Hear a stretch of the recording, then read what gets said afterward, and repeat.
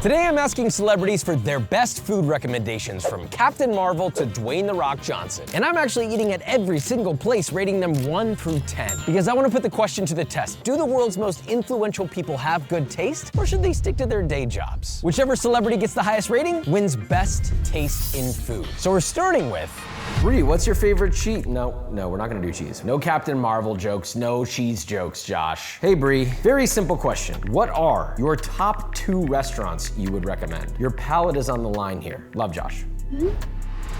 Oh, she actually responded. I put together what I think is a very important list of things. Number 1, I would be not a true Los Angeles native if I didn't say that one of the best foods on earth is a Dodger dog. I want you to have a full experience at the game, cheering for Ohtani, Dodgers forever, go blue. We made it to the stadium, let's go get a dog. I'm not gonna lie, I don't watch a lot of live sports. I don't know, I'm just not that kind of guy. But something weird happened when I sat down. It was as if something possessed me. What?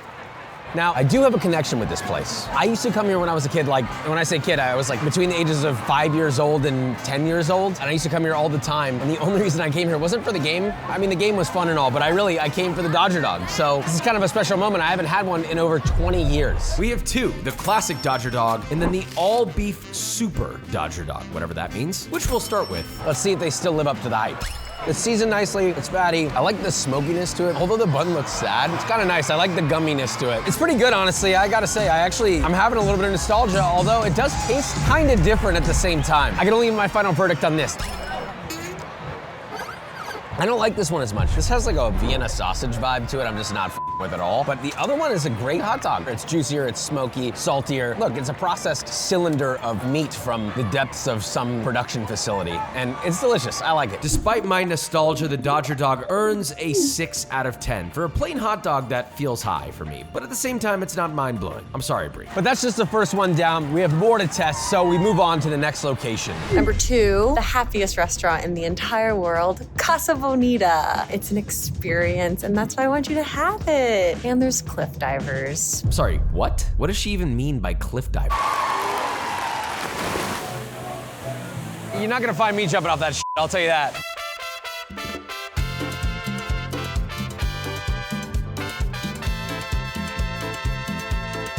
Holy, I'll refrain from the word I was about to say. This is one of the craziest things I think I've ever seen in my life. At first, when Bree told me to go here, I kept thinking to myself, why? And honestly, you gotta be here to get it, and I get it. It's like Disneyland combined with some sort of Tiki Island, Mexico in space with cave divers. I got the enchiladas. The Dodger dog did not do well, so this is gonna be a big redeemer or not for Bree. We'll see how it goes. We got 2 flavors here, the red, the green. I'm just gonna go in. First of all, surprisingly seasoned really well. The sauce is seasoned nicely, tastes great. The green chili sauce, flavorful, taste of green chili, seasoned great with salt, a little bit of acidity, really nice. The red sauce, same thing. It's got that like deep roasted chili flavor, which I'm not complaining about. The cheese adds a lot of saltiness to it. The corn tortilla is not hard, it's nice and moist. I will say, I wish the cheese was a little more melty and a little hotter, but I'm not mad. I can't believe I'm saying this, but the food is kind of good. I don't know if it's the vibes. I'm a little confused. But ultimately, out of all the enchiladas I've ever had in my life, I think they land at a 6.9 out of 10. But the experience was easily a 10 out of 10. And with that, we move on to our next celeb, comedian and actor, Tom Segura. He's got a new show out called Bad Thoughts. So maybe that's how we hook him here. Hey, Tom, I've got bad thoughts about you. No.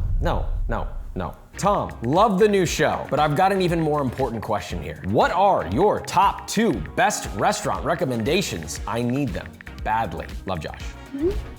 Well, he actually responded almost right away, and he told me to come over. When a famous person says, hey, come over, you do it. We're here with Tom Segura. We're at your first location. Tell me about it. So this is a dream come true. This is Ciccio Bomba, which is Italian for little fat. The whole way it started was that I met Giamba, the chef here, in Los Angeles, and then I was like, would you come to Austin? And he said yes. I basically have a bakery that I want to come and eat at that I've opened to the public. I like that you're putting it all on the line, because Tom's basically saying, not only is this my recommendation, this is also like kind of my restaurant. There's some economic dependence here. Let's eat. Holy shit, you guys loaded us up. This is enough food to put you in a diabetic coma. If you even ate half of this, your foot just falls off right away. And you know what? You go back the next day to lose the other one. Yeah. You want it to come off. You really sold the cardamom one for me. Are you having any of this? I mean, I'll help if you're struggling. I'm just gonna put it in front of you, you know? Maybe you take a bite, maybe yeah, you you know, just for camera. don't. He spits it out later. I'm just gonna go in.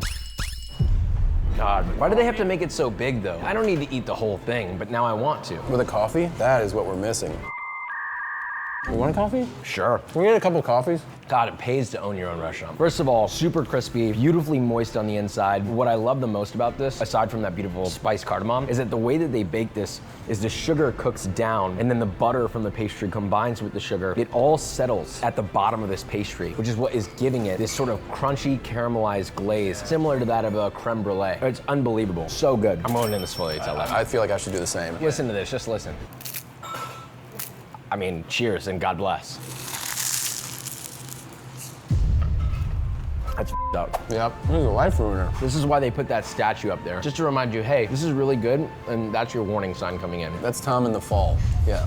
I'm gonna be honest. I have always felt the sfogliatelle is not that interesting. It's kind of this crunchy thing, there's not much going on. They're usually kind of dry. This proved that wrong. It's just so balanced, the sweetness, the paste on the inside. And you know what's really shows a lot about the mastery of the execution of this? It's not overly rich. This is the best sfogliatelle I've ever had. I feel like I'm having it for the first time. I'm so happy to hear that. I want to holler. Chef, he said it's the best sfogliatelle he's ever had. He didn't really care. He was like, okay. Now, Tom's first stop, specifically the pastries, because that's all I really had, came in at a surprising 9 out of 10. We're not done, are we? We're not done, dude. Oh, fuck. Okay, second location. It's got to be Jeffrey's, which is a staple of Austin fine dining. The ambiance, the lighting, the way the place is laid out, service is incredible. And you got to have the deviled eggs. The pork belly appetizer is also to die for. Get a steak there. Get a steak. You have to get a steak there. Okay. Yes. We'll see how it goes. Are you coming with us on this one, or? No, I ate too much. I'm already out of calories now, so. No, just go in, lean in. Put your belly on the table. Boom. We made it to Jeffrey's. Tom, you did good on the first place. Let's not get too excited here, okay? I thought I had been to Jeffrey's. I've actually never been here before, so this could go either route. The pork belly rillette. The best way I could describe a rillette is if you took cured meat, cooked fully, shredded with its own fat. Cheers. It's seasoned really nicely and it's got an amazing moist texture. And then they have this like sweet pickled melon on top. Great contrast to the richness. Overall, pretty good bite, but I'm not fully convinced. Now, the deviled egg. Many people don't know this about me. Every restaurant that has deviled eggs, I order it. I'm a deviled egg connoisseur. I've had some of the greatest deviled eggs in the world, and I can tell you that these deviled eggs, one of the best deviled eggs I've had in a long time. The texture of the actual yolk that's piped on there is silky smooth, seasoned perfectly with salt. The richness is there, but what I love the most about this is it tastes clean. I don't like deviled eggs that have that sulfur taste, because then I'm just like, ew, dude. These are fresh, they're clean, they're salty, they're rich, but they're balanced. I wouldn't change a goddamn thing. Now hold your horses. So we had a couple of good eggs, big whoop. That doesn't mean this whole meal is gonna be great. Every bite is gonna get weighed into this rating. And we have the most important thing coming next, the steak. If that doesn't get a high rating, then it will bring the whole rating for this restaurant way down. So first we're gonna start with the less expensive steak. Take my half off here. It's cooked really nicely. Beautiful medium rare, exactly like I asked. Cook on it's nice. Flavor's great. A little chewy. I think it could be seasoned with a bit more salt, but I'm being really critical here. Let's go for the dry age. Oh, totally different steak. Based on the fries, I'll give it a final rating. Oh my God, those are bangers. Super thick, ultra crispy on the outside, and the inside's literally like puree. Okay. Overall, we've had a mix of different things. Like we kind of have gone up and down the line here. The steaks are cooked perfectly, but they're not seasoned perfectly with salt, in my opinion. Total score 8.9, almost a 9. Two amazing restaurants. I'm a fan of Chicho Bomba's pastries, and now I'm gonna be a new regular here at Jeffrey's. Tom Segura officially leading with a 17.9 on the scoreboard. Will we have someone who can upset this? We move on. Next we have The Rock. Dear Mr. Rock. D-Rock? No, that's not right. Dwayne, we all know you like to eat. I've seen the cheat meals, and I want to know, what are your top 2 food recommendations, and I will go and eat there to put them to the test. Okay, I waited a little bit, Rock. You didn't respond. That's okay. Bruises my ego a little bit, but that doesn't matter. I have all the information I need because we are at the first location, Brick French Toastery. Not only has he said this is his favorite cheat meal, but it was specifically invented to his taste to be exactly what he wants. And it went viral so many times on his Instagram that people were asking, where do you get this? Well, now you can get it. There's an actual location. So we're gonna find out, is this the greatest cheat meal of all time? Is this as good as you say it is? So they have one French toast and one French toast only. So you have ultra thick cut brioche French toast, a peanut butter coconut maple syrup, whipped cream, and then you got toasted coconut chips. It smells incredible. I don't even know how to attack this thing. I wish you could share that with me right now. Have you had this before? Selfishly, yes, I have. Oh, okay. But I have to show restraint. Why do you have to show restraint? Because I'm a 60-year-old fighting diabetes. Wow, I mean, shit. I'm like excited and scared he's fighting diabetes because of this thing. God, there are certain things that you see on the internet, an image, a video of certain foods where you're like, there's no way that that is not delicious. And you look at something like this and you almost wonder like, it's gotta be good, right? Yeah, it's really fucking good. The French toast itself is so soft and pillowy. And when you bite into it, it like releases perfumed air of cinnamon and spices in your mouth. The sauce is like maple syrup, peanut butter combined. So you get this like toasted peanut flavor, the richness of the maple syrup, the coconut flakes add a crunch. Like that guy said earlier, if this was near my place of work, that'd be a fucking problem. I probably also would have diabetes. I don't know what else to tell you. Is this the greatest cheat meal of all time? It's pretty up there. Is this as good as The Rock says it is? Yes. I really thought because of the fact that he's always on some diet and training that anything would taste good to this guy, but he has some discernment in the world of French toast. Easy 9. Now that said, let's not get ahead of ourselves, Rock. We got one more place to go to, and it is, by your definition, one of the greatest steakhouses in the world. He loves it so much, and he goes so often that they named one of the rooms after him. So we move on to Mastro's. Specifically their Beverly Hills penthouse location, which started with a surprise. This pretzel is so salty. Is this the first time on the channel we've ever had something that's too salty for me? Okay, so I'm staying away from the pretzel roll. That was horrific. But what about the seafood tower? This feels very The Rock. They got the smoke machine out here. I mean, this is a whole ordeal. We got shrimp, king crab, oysters, and they have fresh grated atomic horseradish. First, shrimp. The good places will make their own cocktail sauce. I'm dropping the atomic horseradish in. They were not f***ing around. That is hot. That is the hottest horseradish I've ever put in my mouth. Wow, that was crazy. I just got blasted. I mean, I'm gonna be honest, this had way too much ketchup in the cocktail sauce. It was kind of gross. Next up, the oyster. Out the gate, first of all, the oysters are actually impressively delicious, but bit immediately into the shell. These are the pieces of oyster that just blew my mouth up, so like, didn't love that. Crab leg, fresh, looks nice. Bro. So far the food is pretty good, but they're making some pretty critical mistakes that just shouldn't be happening at this level. We've already spent so much at this Los Angeles steakhouse. They cannot miss on this one. This is the moment of judgment. This is gonna make or break. This is a 32-ounce massive ribeye steak on the bone. If there's anything that I think would represent Dwayne Johnson's choice, I feel like this would be it. Dwayne, tell me if I'm wrong. Okay, so I spread the compound butter on to prepare to dig in. Is this steak gonna be good enough to give The Rock the win? The flavor of the beef is excellent. The salt levels are excellent. The flavor of the butter and everything is just rich and unctuous and juicy. This is what a good steak should be. I have no notes. It's absolutely delicious, absolutely perfect. This was the redeemer that I needed to see. All things considered, we have some really high highs and some kind of lows. Most steakhouses I go to barely make it over a 7. I think it's fair to give this a strong 8.5. So The Rock joins the leaderboard almost all the way at the tippy top, but not quite. But our next celeb is one of the world's most famous rappers of all time, Ice Cube. Ice Cube scares me. You have to like address Ice Cube as like a professional, I feel like. What is Ice Cube's real name? I think I'll just call him Ice Cube. Dear Mr. Ice Cube, I have a feeling you have strong opinions on the places you like to eat. So I need your top 2 food recommendations and I will go there and eat there.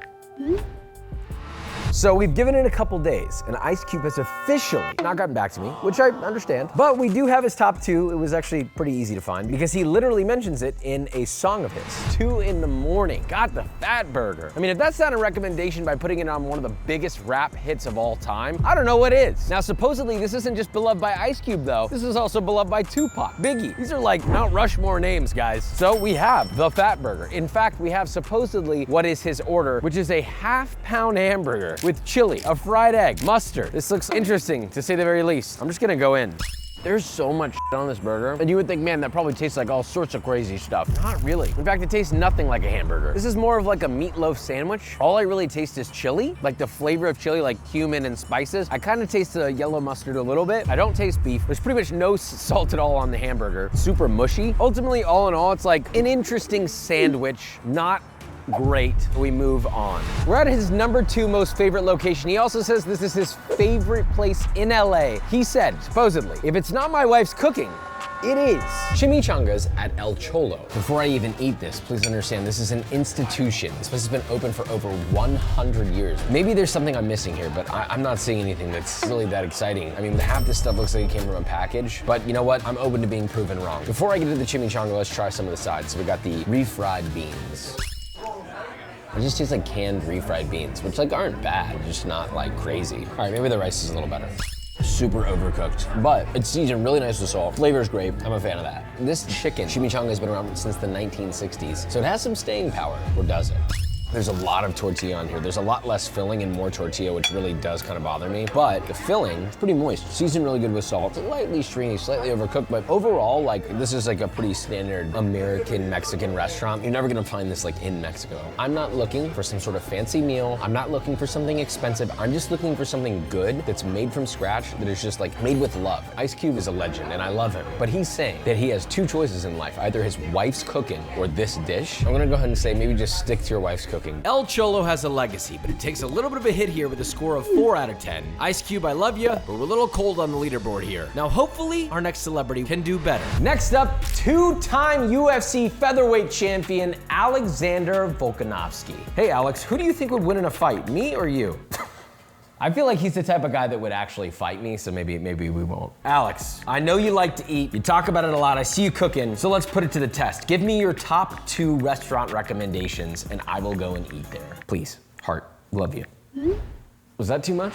So Volk got back to me, and he sent me a video too. What's happening, Josh? Mate, love your work. I'm gonna give you my best places that I love in the States. I'm gonna go New York, Rosario's. Big fan of their pizzas there. Try any pizza you want. Bold choice, Volk, because you've got other competitors like Lindustry and all these other pizza spots that you know I love, and this is where he sent me. He said, this is the spot. But here's something that rhymes with spot, and it would be Mr. Scott. He's back, he's always with us. He's the man that I need with me when I'm eating pizza in New York City, because I just feel like you get my mind right, but more specifically, you get my heart right. I've only been here a couple times before, and it was like a decade ago. So the fact that somebody specifically recommended it, and that person doesn't even live in New York, that kind of blows me away. Okay, so we just got inside. I can already tell why Volk likes this place. You know, Volk is a wholesome guy, despite his lack of wholesome choices in his career. It's like a little family-owned shop. It's actually a deli. I thought this was gonna be a pizza place. It's a deli that also happens to have a pizza oven. It's great. What are your initial thoughts? I mean, this is a combination that I never get. For me, I get sausage or pepperoni. So having the two together, it feels aggressive, like UFC fighter aggression. I'm afraid of the pizza. It's a lot of sodium. Do you have a heart condition? I could, I should, and I probably do. Off the rip, surprisingly sweet sauce.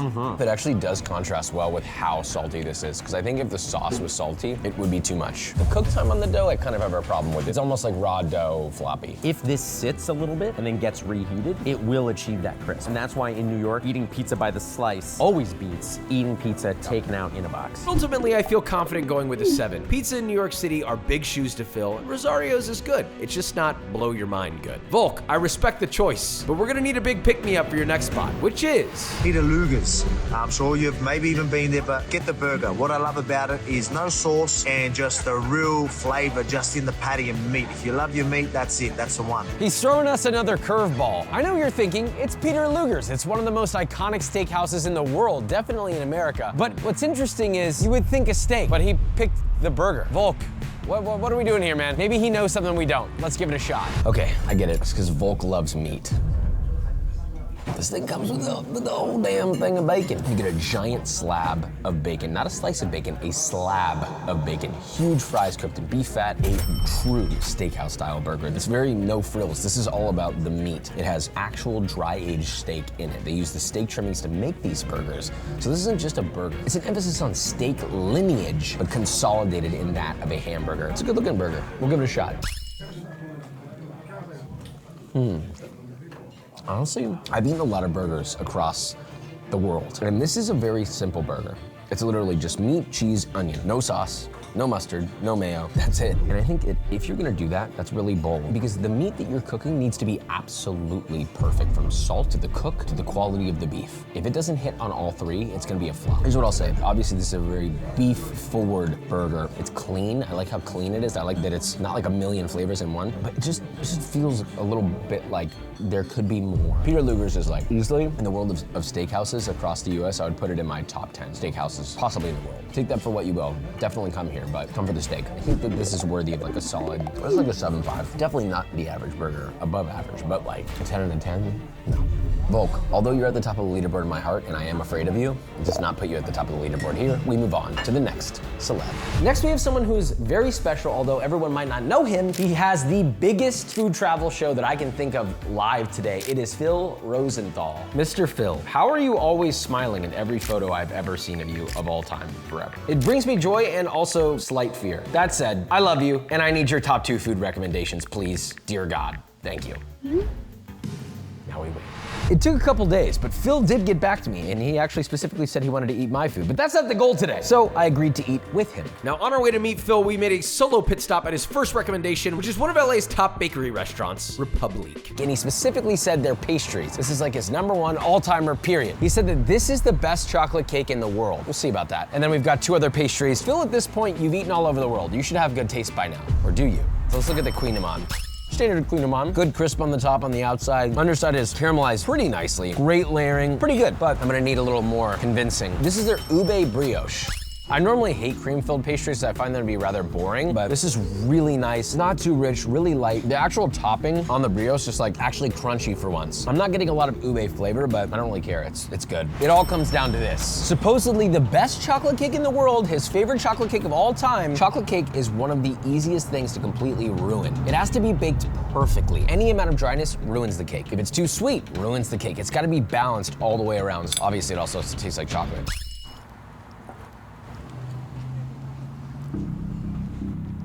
You know, I'm gonna be honest with you guys. I am not a huge fan of chocolate cake. It's not that it's bad. I just don't eat that much cake, and this is making me change my mind. Insanely moist and decadent, and the chocolate cake itself is like dense and chewy, almost like a brownie in a way, but without being overly rich. What I love even more is they added salt to the frosting. It's not just sugar and butter and cocoa powder. It's seasoned. It's got a little bit of salty sweetness going with it. And the little veins of caramel running through this not only add caramel flavor, but chewy texture. This is probably a contender for one of the greatest chocolate cakes I've ever had. All things considered, it's not my first choice, but I think it's like a place that constantly delivers. I think it's fair to give them a solid 8.5. Phil's starting off strong. It's time for lunch with the man himself at his actual diner, Max and Helen's. Now, he created this with one of America's best chefs, so expectations are high, and Phil's making big promises. This is Nancy Silverton's patty melt. It's not a burger. It is a different animal. 9 ounces of dry-aged beef and brisket. Best possible rye bread we could get. This is the most expensive thing on the menu for good reason. This might be the savory star of the diner. I brought my nice pants today, Phil. Did you see the melt? First bite, immediate rush, like waterfall of burger juice in your mouth. Salty, beefy. What I like about it is that you're not losing the flavor of the beef. Oftentimes when you get a patty melt, I feel like I taste everything but the beef, which is not always a problem. What I like about this is it's emphasizing the quality of the beef that you're eating. It's cheesy, but above all, meaty. Oh, whoa. This is called a chocolate egg cream. In Brooklyn, 100 years ago, they invented this. All it is chocolate syrup, milk, and seltzer. How do you make it the best one ever? What if Nancy Silverton made the chocolate syrup herself? And what if instead of milk, you used half and half? We're cheating, in other words. Well, you're also making me gain weight. That's what I'm here for. This is incredibly good. Whoa. So different than any other drink you'll ever have. The flavor is kind of like the most refined chocolate milk you've ever had. Yeah. But here's what's different about this is there's texture to the drink. It's effervescent, it's sparkling. It's got that like bubbly water spiciness to it. It's amazing. I could listen to you all day. Who talks like this? He's got me excited and I've had this. Here's my vocabulary. Okay. That's good. This is a dying art. This cannot go away. A solid 9 out of 10 for Max and Helen's, but that means Phil's 17.5 total score ties The Rock for second place, and we move on to our final celeb. But he's not just a celeb, he's a food TV legend, and I would argue he should win this. But in order for him to win, he's gonna need borderline perfect scores. Dear Andrew, I'm a fan of your work. I'd love to eat with you, but more importantly, I need your top 2 restaurant recommendations so I can go there and eat there. Maybe just nothing too weird, please. That felt a little standoffish. Maybe he'll like it, maybe he won't. So Andrew has officially responded. He did have a specific request. The only way he's doing this is if we go to Minnesota. I've never been to Minnesota, but I guess we're going. His first spot is a risky choice. We got some fancy burger, and I'm gonna be honest, while I love fancy food, I really am not a fan of fancy burgers. I like them classic. Even though it's from one of America's top chefs, I'm a little concerned here. Earlier I asked you how dirty, and he said, oh, it's dirty. And now I understand. I mean, this is what happens when you have one of the greatest chefs in the country, bar none, who's decided to put a burger on his menu. Homemade brioche bun that they make, double toasted, both sides, comté cheese, multiple patties, caramelized onions, that insane red wine sauce. Okay, we're going. I normally do not like burgers like this because I feel like there's really only one way to make a burger in many cases. And when you start adding fancy elements like different cheeses that aren't American, it's sort of like, I don't know. But I feel differently about this burger. For me, I'm the same way. I'm not a real eat burgers out guy. However, I can't stop eating these dirty French burgers because the balance is there. Every item on here is bespoke, yet at the same time, it's completely burger. This is phenomenally good. Seasoned nicely, the Maillard's great, the Comté is like funky, it's there, it's salty. Most of the time when you elevate a burger, you lose what a burger is, and I gotta say, they nailed it. I'm shocked to say that this dirty French burger deserves a solid, powerful 9 out of 10. While that rating might be high, the next spot, Andrew's taking an even bigger risk with a typical standard American Chinese spot. I love American Chinese as much as the next guy, but I don't know if this is gonna be a 9. And without that, Andrew's gonna end up losing. Mother of God. Tell me about this. We have a beautiful whole crab. Dungeness crab, it's crusted in 5 spice and chilies. Oh my God. You know how like you see something beautiful and you're like, oh, I don't want to mess that up. I don't even want to eat this. It smells. I don't even know how to describe it. Like my brain is like Christmas morning somehow. It's like so spiced and fragrant. Dude, holy shit.